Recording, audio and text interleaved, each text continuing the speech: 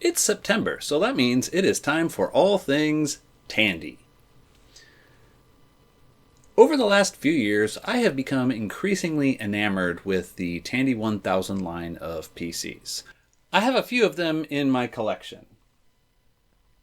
This Tandy 1000HX I've had for a really long time. It replaced what was basically one of the first retro computers that I added to my collection when I started this hobby, which was the Tandy 1000EX. The EX is kind of an oddball because it has a giant 5 1/4 floppy drive in the side over here, kind of in the same position where an Amiga 500 floppy drive is. The HX has a much more useful, in my opinion, 3.5 inch drive, although it is only a 720K drive. About a year and a half ago, I got this Tandy 1000SX at an estate sale. I did a video about this last year for Septandy, and about 4 hours ago today, I got this Tandy 1000 TL at my local area Free Geek here in Portland, Oregon, was having a pop-up sale, and this was one of the things that they had for sale. I have not tried to turn it on. I have not even opened it. I brought it home and I added it to this stack because I knew I was going to be recording this today. So what is it that makes these machines special? Well, there's a couple things. One, they have a little bit more interesting graphics. It's roughly CGA-ish, but you can get all the colors at once. And they have an interesting sound chip in them. And the sound chip is going to be the primary topic of this video. We've come to know this sound chip as Tandy Sound, which is a little bit of revisionist history, because the Tandy 1000 was really a reimagining of the PC Junior. People at Tandy thought the PC Junior had a lot of really good ideas, but was just done wrong. And I think history supports them in this conclusion, that there was just a lot of oddball design choices with it that sort of ruined all of the good that was added with the PC Junior. So they set about to fix that. Keep the good, throw out the bad, and you get the Tandy 1000. So technically, we should refer to this sound in PCs as PC Junior sound, but I'm okay with giving Tandy the credit. So what makes this sound special? Well, it's just a TI SN76489 sound chip. And frankly, that sound chip isn't anything special. In a lot of ways, that chip was less capable than quite a few of its contemporaries when it was released. It supports 3 voices and a noise channel. And the voices and the noise channel don't even support a volume envelope. A bunch of the contemporary chips supported volume envelopes, like the General Instruments AY8910. They're roughly comparable, but the 8910 has more features. And that's kind of what gave the TI chip its advantage, is that it didn't have those features. So it was a less expensive chip. It had a smaller pin count, was easier to integrate into systems, and boy howdy did it get integrated into a lot of systems. It was used in, among many, many others, the ColecoVision, the TI-99 home computer, the PC Junior and Tandy 1000s, the original MSX home computers, the Sega SG-1000, the Sega Master System, a lot of Sega System 1 arcade boards used it, and dozens of other arcade machines used this. This sound chip was used in so many things. A lot of things to get some more functionality out of it. Primarily arcade boards used 2 of them to basically get twice as many voices.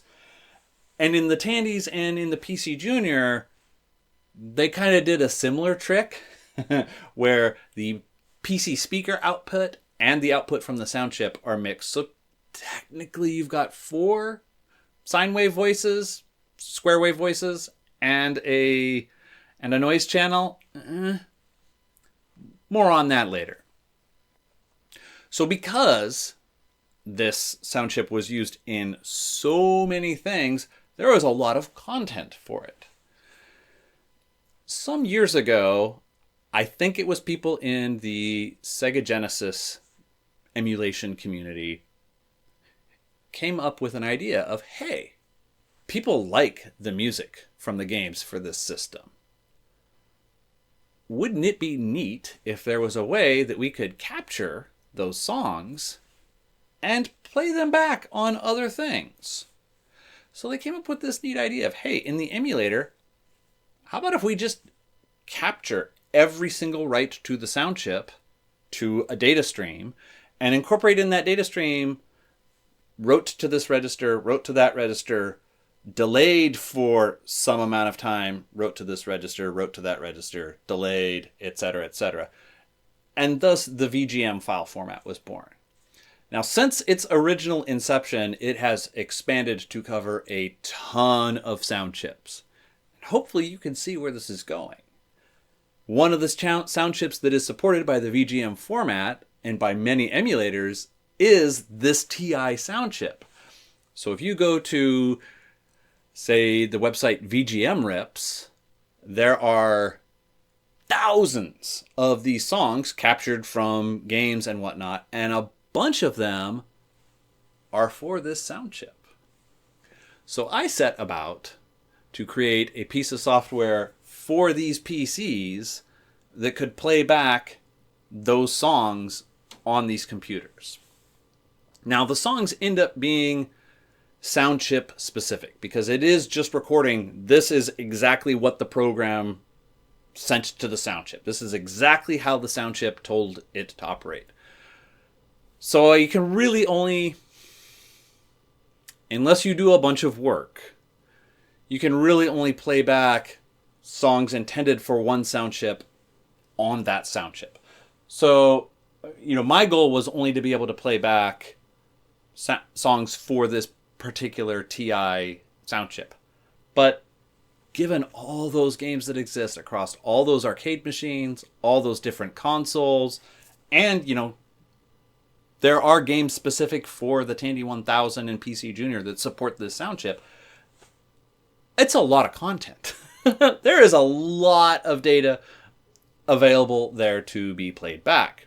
Now, trying to do real-time transcoding, for lack of a better term, of a song captured for, say, an AY8910, which has got real similar functionality to this, would be possible, but this Tandy 1000HX, for example, has a 7.1 megahertz 8088. There are some songs intended for this sound chip that with the current version of my software, it is barely able to play back. So trying to do the transcoding on the fly is right out. But it is a thing that a person could do on a 486 you could do it. And there are 486 Tandy 1000s. And there are, or at least were, add-in cards that add the Tandy sound chip to a regular ISA slot in any PC. I'll talk a little bit more about that later towards the end. So I think I've babbled enough kind of about the computers and about the sound chip. I'm going to dig into my source code and take a quick look at the source code and sort of what's involved in playing back these files, and then we'll cut to the chase and we'll actually hear some music and see some of the good and the bad with the current state of the software. I think all of the VGM files that I've been testing with from VGMRips.net, and it has sound files for so many different audio chips. You can browse by chip, you can browse by system, and various other things.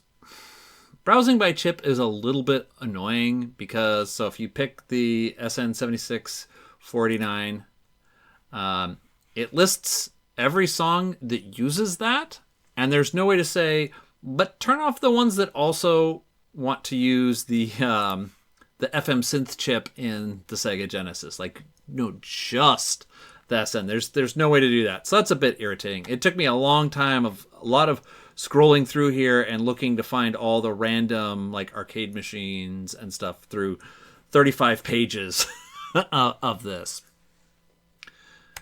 The VGM file format is pretty straightforward. There's this 256 byte header that describes what sound chips are used in a particular file, and the way that you detect which sound chips are used is there is a value in it for the clock speed of that the sound chip is set at, and if that clock speed is 0, well, that sound chip is not used. So for my player, I detect the SN, the TI, I'm not going to keep saying that number, the TI clock, and I also detect the AY8910 clock. There are some of the rips that I have encountered, specifically the ones from Castlevania, that use 8910 as a proxy for PC speaker. Okay, so we can look at my player. This is all on GitHub already, in my GitHub repository. So I just have a little to-do file that has some notes of things still yet to be done and where some of the problem areas are. And then there's there's a header file that is just that header.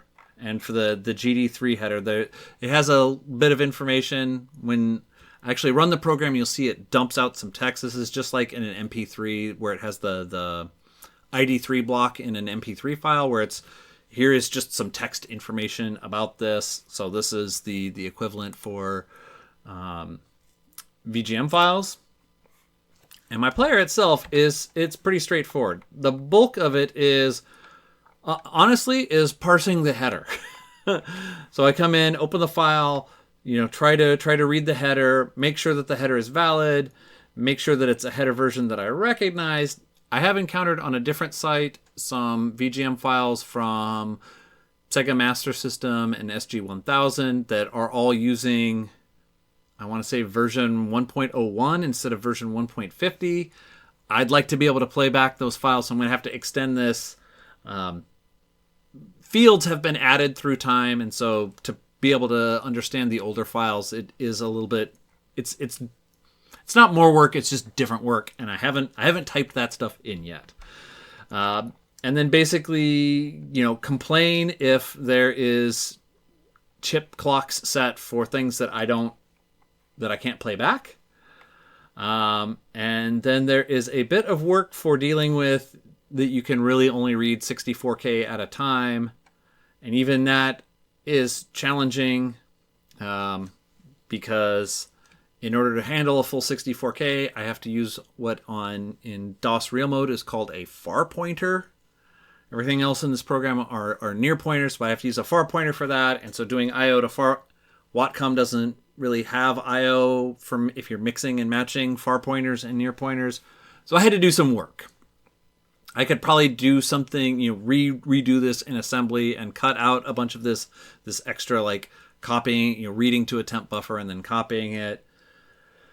There's going to be more work to support files that are larger than 64K. And then basically the real hard part is calibrating the delay loop and my delay loop. And then, which we'll look at the end, and then the play sound. So now play sound. Where is that play? It's basically you read a byte from the stream, and that is a command. And the commands have 0 to some number of extra bytes of data that go along with them. So I've put in here for a little bit of protection, like all of the known commands of if it gets some kind of a command that doesn't matter for the sound chips that I process, it just skips over that data. But then the interesting bit is, so dealing with, where is it? So Here it is. That is what is necessary to deal with the audio data for the TI chip and to write it out to the chip. Is you read the byte of data that's in the file and you write it to port C0. Now, later versions of the Tandy 1000, they moved this to, I want to say, port 1E0. So I'm going to have to do something to support those much later Tandy 1000s. But there's more work to be done there. And in addition, the VGM files have the ability to support multiple of a particular chip, and there are some arcade machines that have 2 of these sound chips in it. I'd like to support that, so I'll need to be able to... It's marked in the file which commands are to write to which chip, so I'll need to keep track of the chip 0 and chip 1 and use the correct I/O port address. I will have to get one of those. There are add-on cards that people had made that add this sound chip, and you could map it at a variety of different port addresses, including C0 and 1E0, and I think it supports some other port addresses. They don't make those anymore, so I'm going to have to use some PCB manufacturer to make me a PCB, and I'll have to solder one. There's like 4 chips and a handful of capacitors on it. It is even doable with my meager soldering skills. I just need to do it. There is a... Where is the other... So then there's a bit of work for dealing with the 8910. So the AY8910 is a little bit more complicated, where writing for each of its voices, the frequency is 2 bytes, and so the command comes as 2 bytes, and so when you get the second byte, it has to put it together and convert it from the way the AY8910 wants the frequency specified to the way the PC speaker wants the frequency specified, and then you turn on the PC speaker, and then there's a different command to be able to turn it off. There's actually a set of enables. There's a turn on enabled channels and a turn off disabled channels. And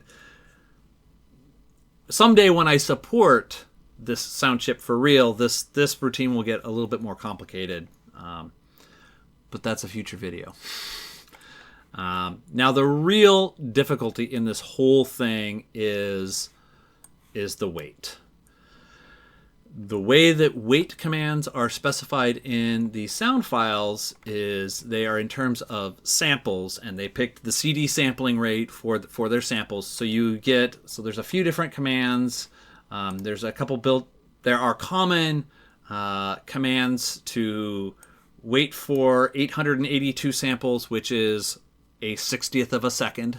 This is a very common thing, so they picked a compact representation of it. There's wait for 735 samples, which is 1/50th of a second. And then there are some other commands to wait for between 1 and 16 samples, and then there's a generic, you get a 16-bit value that is the number of samples to wait.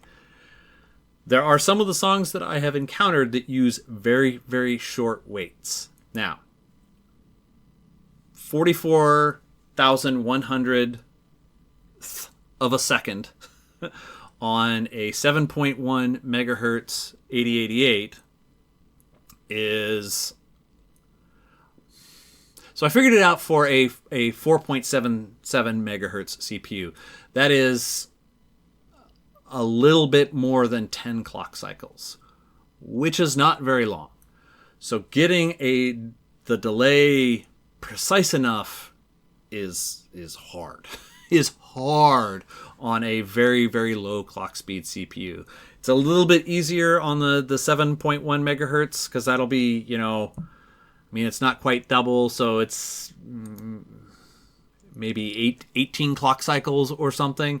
It's still not a lot when you consider that most instructions take more than 1 clock cycles. So I had to do some trickery to even get this close to working. And so what I did is I wrote a fairly complicated, and this could probably be simplified, but a fairly complicated calibration routine where you kind of get an estimate of how many just times spinning through an empty loop happen in...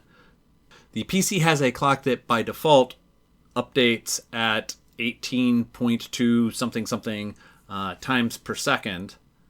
And so you can read that timer.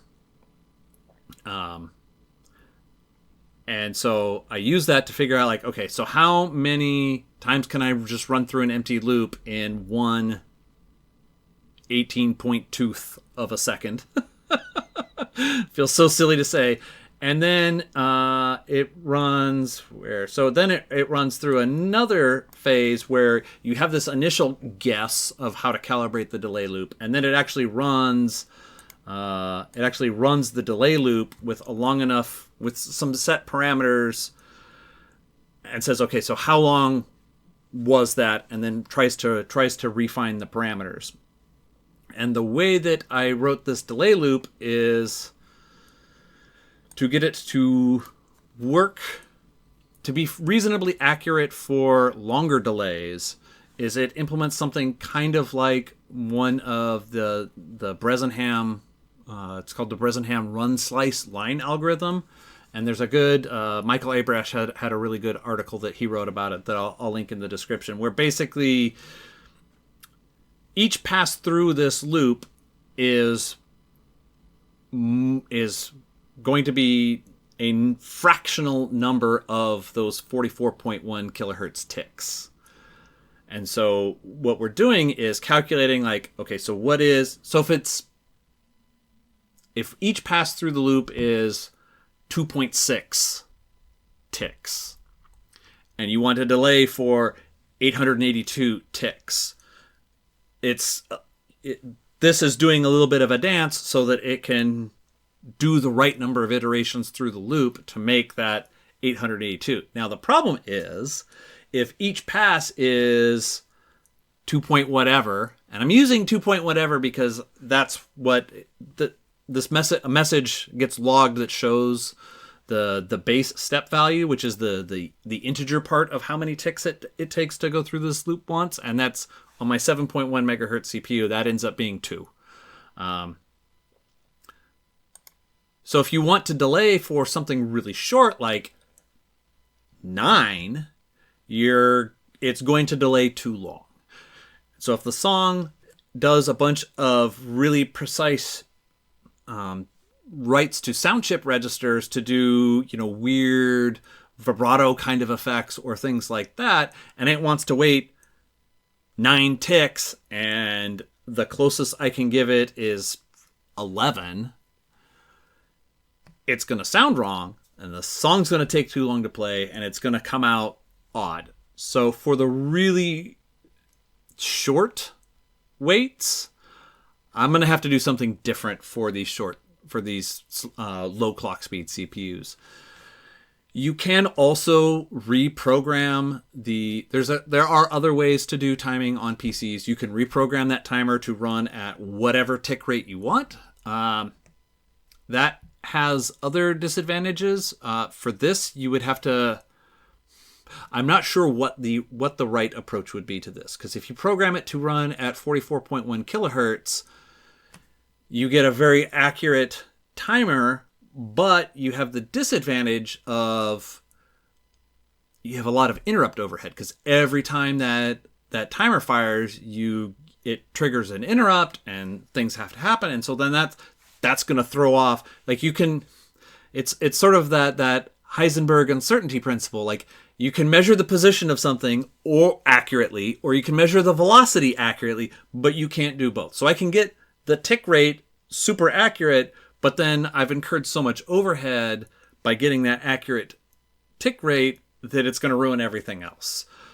So I may have to step back and sort of reassess my strategy for doing the weights on this, because I for sure want that, like, this program is targeted at machines that can only do real mode. There are other players to playback on sound blasters and whatever that run in 32-bit mode, so they only run on a 386 or later.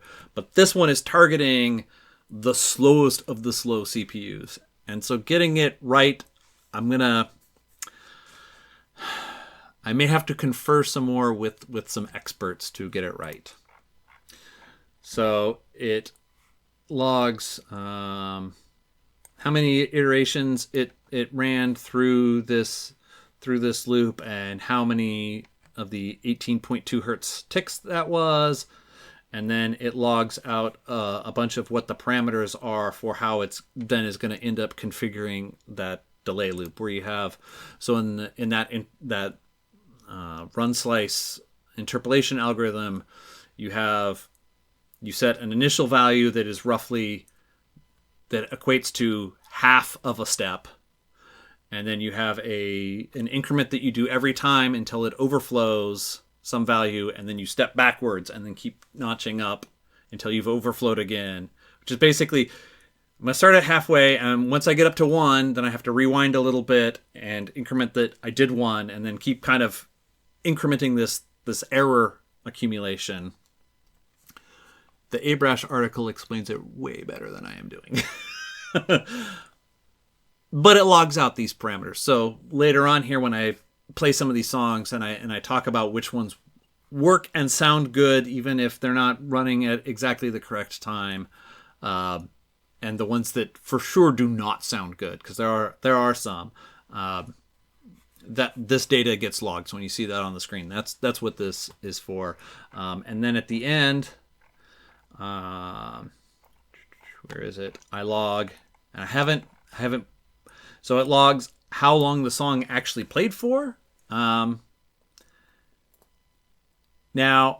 I've already updated this. I just haven't pushed it up to the repository. One of the things that's in the header file, which I can show, one of the things that's in the header file is total samples, and that is the total number of waits in one full playthrough of the song. So from this, you can figure out how long should this song play for, because it's assuming that the register writes are effectively 0. So the thing that I log at the end here is how long it actually did play for, and I've updated it. It just isn't in the GitHub repository yet, where it will also log, this is how long it should have played for, and then how long it did play for. Okay. So with that, I think it's time to actually listen to some of the songs.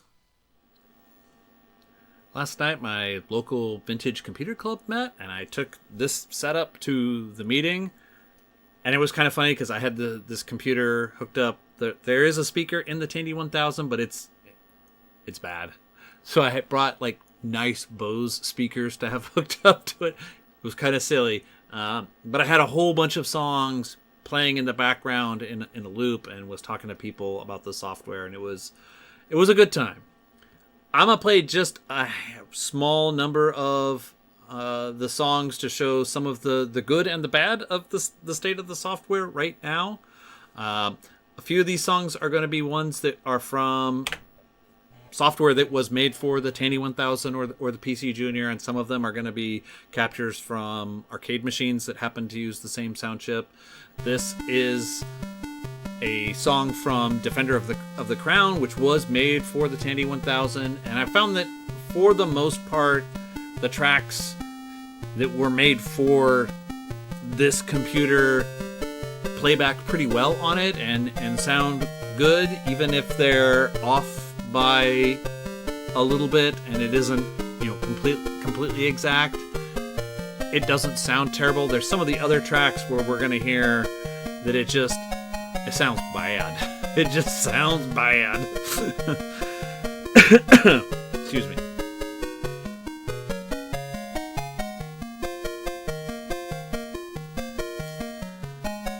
As I had mentioned before, this is dumping out the various parameters of the delay loop interpolation. So you can see that this song was expected to take 56.5 seconds. It played back too fast. That is that is surprising. It played back in 54.6. That is the first one that I have noticed played back too fast. Which seems like it shouldn't happen because of the way that the delay interpolation works. Interesting. Okay. The software's not perfect. This is another track that was composed for Tandy 1000. Actually, I think it was specifically for PC Junior. It's from Pitfall 2. So at the beginning, it plays back very fast. This is the music that plays after you've picked up one of the treasures, and it plays back really fast, and then after a while it slows back down, and then in the game it transitions to the regular loop that is the slower tempoed music playback. And there's the tempo change right there. And this plays back. I haven't played it on PC, but I have played it a lot on the Atari 2600, and the music sounds nearly identical, and at least to my ear. I murdered my ears with a lot of heavy metal and punk rock concerts in my youth and in my old age. But to my ear, that track especially sounds good, and the playback time is almost spot on. So I have pretty good confidence that one is playing back correctly. Now there's an arcade game that is not a game that I'm familiar with at all.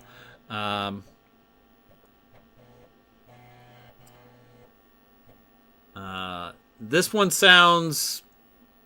I'm not sure what to make of this track. Parts of it I think sounds good, but other parts, there's gonna be a part coming up in a little bit where it just sounds. I don't think the way they intended. Right there, where it kind of gets that sound of like a cassette tape that's sticking a little bit, and this one, the playback time is way off. It was supposed to play back in 13.8 seconds, and it took 17.6.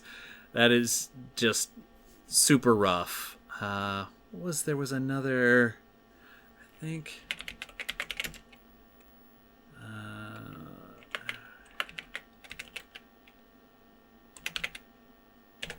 I think this is the other one that I wanted to play that sounds decent. That comes from... Yeah, so this is from Konami Hypersports 84. I think this one sounds good. And the playback time is, I mean, it's a little bit long, but it's not too bad. Like 2% playback time being off. Now the one that hurts me. I love classic Castlevania. I never played Castlevania on PC, but I've played a lot of it on NES. I like to watch people speedrun it on Twitch. So I've heard these songs a lot. I know how they should sound.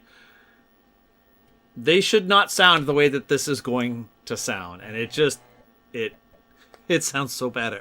It kind of hurts me.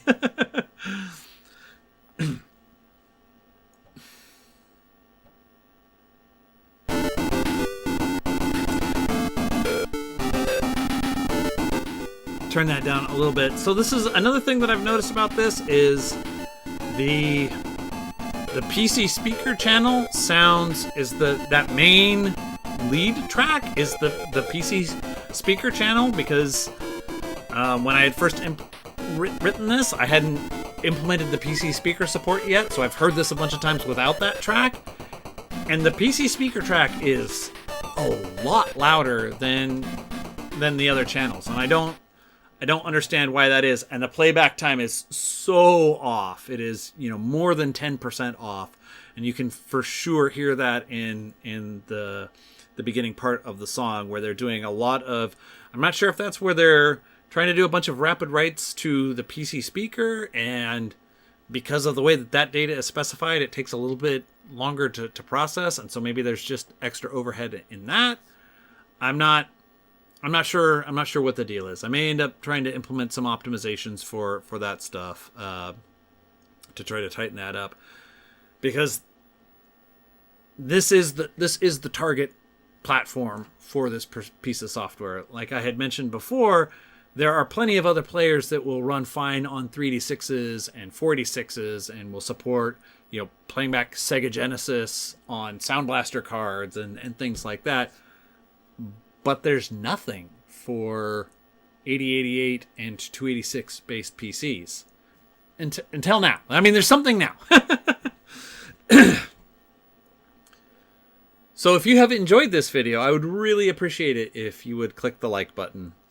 If you are interested in seeing the follow-up that I'm going to do, I want to see how this runs on the 286 based Tandy 1000. And I want to see if that 286 Tandy 1000 works. So that's going to be my next video. After that, into October, I'm finally going to dig into some of the machines that came home with me from that giant barn rescue in Eastern Washington. I'm going to get the Apple Network Server 700s on the table, but they don't really fit on the table. They are so huge and so heavy.